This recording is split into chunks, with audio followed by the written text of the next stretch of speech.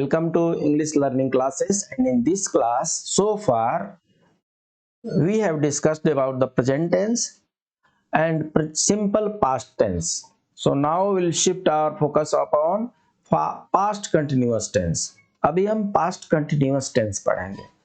तो जैसा कि यहाँ पर दिख रहा है आपको, इसका जो पहचान है वो रहा था रही थी है। इसके जो स्ट्रक्चर है वो भी was were प्लस इसका डिटेल में हम आगे देखते हैं। तो पास्ट कंटिन्यूअस टेंस में पहचान क्या है? रहा रही रहे। जब आप प्रेजेंट कंटिन्यूअस टेंस पढ़ रहे थे तो रहा है, रही है, रहे हैं, है था। अभी जब पास्ट कंटिन्यूअस पढ़ेंगे आप, रहा था, रही थी, रहे थे, यहां पर थे लग गया, रहा वहीं रह गया, रहा रह गया, इसीलिए कंटिन्यूअस है।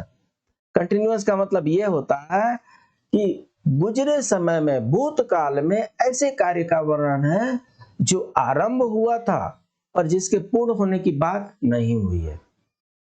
पूर्ण कब हुआ नहीं पता, आरंभ हुआ था। जैसे to show an action is going on at some time in the past is, जब मैं घर पर था नवेंदु अपना गृह कार्य पूरा कर रहा था। मेरी माताजी हमारा नाश्ता तैयार कर रही थी। To indicate the continuous nature of the action, आप कल क्या कर रहे थे? कल दिन भर वर्षा हो रही थी। तो ये सब उसके एग्जाम्पल हैं। To indicate that an action was going on while something else was happening, जिस समय कामनी गा रही थी लता नाच रही थी। यहाँ पर दो सेंटेंस को जोड़ा गया है while से। while Kamini was singing, Lata was dancing। जिस समय में पत्र लिखा जा रहा था मेरे पिताजी ने मुझे बुलाया। अब जैसे बुलाया आया ये simple present, simple past tense में आ जाएगा। और लिखा जा रहा था, इसमें दो सेंटेंस है। पहला जो सेंटेंस है वो पास्ट कंटिन्यूअस का है, दूसरा जो सेंटेंस है वो सिंपल पास्ट का है। तो उसी के अनुसार इनका ट्रांसलेशन भी होगा। तो जब इनके स्ट्रक्चर की बात करते हैं तो स्ट्रक्चर में क्या होगा? सबसे पहले सब्जेक्ट होगा, प्लस वाज वेयर होगा, प्लस वर्ब आईएनजी होगा। यहाँ पर वर्ब का आईएनजी फॉर्म होगा, प्लस सब्जेक्ट प्लस अदर हो गया। जैसे, और ध्यान देने वाली बात है कि वाज किसके साथ लगता है? He, she, it, singular noun, मतलब नेम किसी का हो, he, she, it, he, she, it, किसी का नेम या कोई भी सिंगुलर नाउन, ये पांच के साथ वाज लगता है। बाकी सारे प्लूरल के साथ वेयर लगता है। और नोट करने वाली बात यह है कि आई के साथ भी वेयर ही लगता है। ठीक है। इस टेंस में अंग्रेजी में अनुवाद करते समय वर्ब का आईएनजी फॉर्म का प्रयोग किया जाता है क्योंकि यह कार्य की निरंतरता को प्रदर्शित करता है। जैसे वह चाय पी रहा था, that means he was taking T. चाय पीने के लिए ड्रिंकिंग टी जो है वर्ड यूज नहीं होता है। ड्रिंकिंग हम वाटर के लिए कर सकते हैं, नहीं तो ड्रिंकिंग लिकर के लिए होता है। कुछ न लिखिए ही वाज ड्रिंकिंग, सिंपली लिखिए ही वाज ड्रिंकिंग, मतलब वो लिकर पी रहा था। तो जब टी का बाद, जब भी हम सेंटेंस में टी फॉर्म लिखेंगे तो टेकिंग टी होगा। I am taking tea, he was taking tea. वे जा रहे थे, दे वेयर गोइंग, हवा चल रही थी, द विंड वाज ब्लोइंग, वह मेरी तरफ देख रही थी, she was looking at me, he was praising you, वह आपकी तारीफ कर रही थी। सी, देखिए यहाँ पर क्या हो गया है, वेयर के साथ आई जोड़ा गया है। ये आई जो है यहीं पे रहेगा, आई वाज गोइंग होगा। किसी किसी ऐसे पेक्यूलियर सेंटेंस बनते हैं उसमें लगता है, उसमें आई लगता है। तो आई एक ऐसा वर्ड है जिसके साथ वाज भी लगता है, मोस्टली वाज लगता है। आई के साथ मोस्टली वाज लगता है और आई के साथ वेयर कभी कभी लगता है, उसका हम देखेंगे कब लगता है। नेगेटिव सेंटेंस में क्या करेंगे? वाज और वेयर के बाद नॉट लगा दीजिए। जब प्रेजेंट कंटिन्यूअस टेंस पढ़ रहे थे उस समय भी हम इज और आर के बाद से नॉट लगाते थे। सो वह चाय नहीं पी रहा है के बाद क्या करेंगे, he was not taking tea. Was और वेयर के बाद नॉट लगा दीजिए। दे वेयर नॉट गोइंग, वेयर के बाद नॉट लगा दीजिए। हवा नहीं चल रही थी, the wind was not blowing. हवा जो है, हवा चलना को ब्लो कहते हैं, हवा चलना को गो नहीं कहते। The wind was not going ये गलत हो जाएगा। तो इस थोड़ा सा टेक्निकलिटी जो है उसको भी समझना है सेंटेंस का।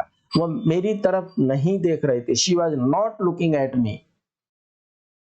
वो आपकी तारीफ नहीं कर रहा था, he was not praising you.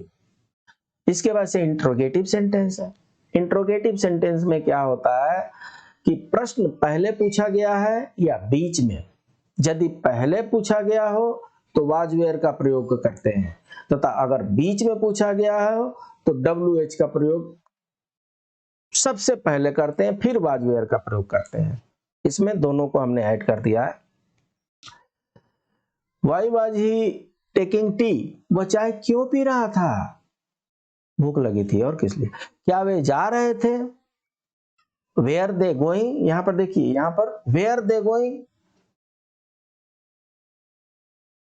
नहीं, ये क्या वे जा रहे थे का वेयर दे गोइंग होगा। वे कहां जा रहे थे जब होगा तब वेयर दे गोइंग होगा। वेयर दे गोइंग ये W गलत है, ये WH हटा दीजिए। वेयर दे गोइंग, क्या हवा चल रही थी, वाज द विंड ब्लोइंग, वह मेरी तरफ क्यों देख रही थी।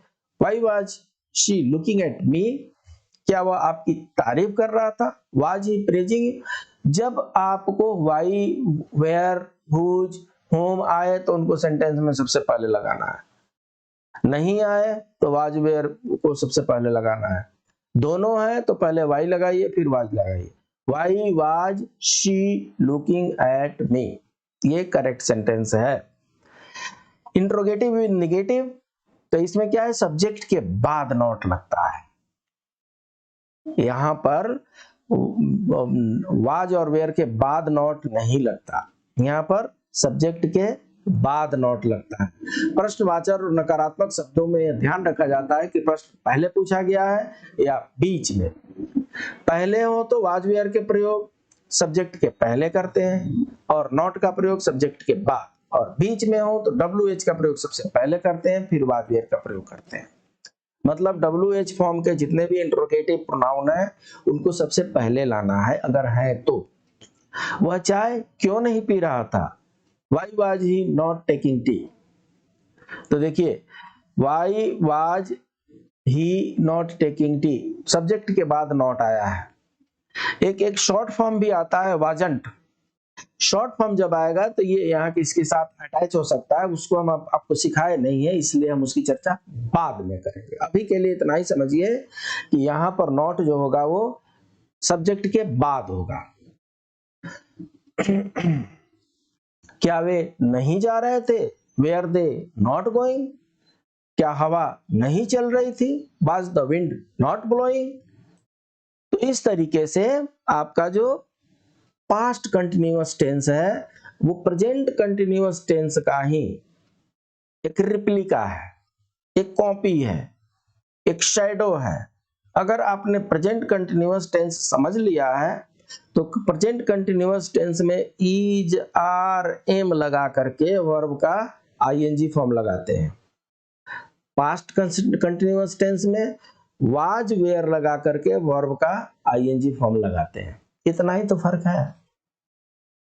क्यों फर्क है, क्योंकि प्रेजेंट कंटिन्यूअस टेंस में रहा के बाद है होता है, तो है होता है तो इज आर एम होगा, और पास्ट कंटिन्यूअस टेंस में रहा के बाद था होता है, तो था है तो वाज वेयर होगा। तो इसलिए मुझे लगता है कि जिनको भी प्रेजेंट कंटिन्यूअस टेंस समझ में आ गया हो उनको पास्ट कंटिन्यूअस टेंस पढ़ने में कोई दिक्कत नहीं होगी। अगर आपको दिक्कत लग रहा है एक बार पुनः प्रेजेंट कंटिन्यूअस टेंस को देखें, ये चैप्टर आपके लिए चुटकियों में आसान हो जाएगा। फिर मिलते हैं, तब तक के लिए जय श्री राम।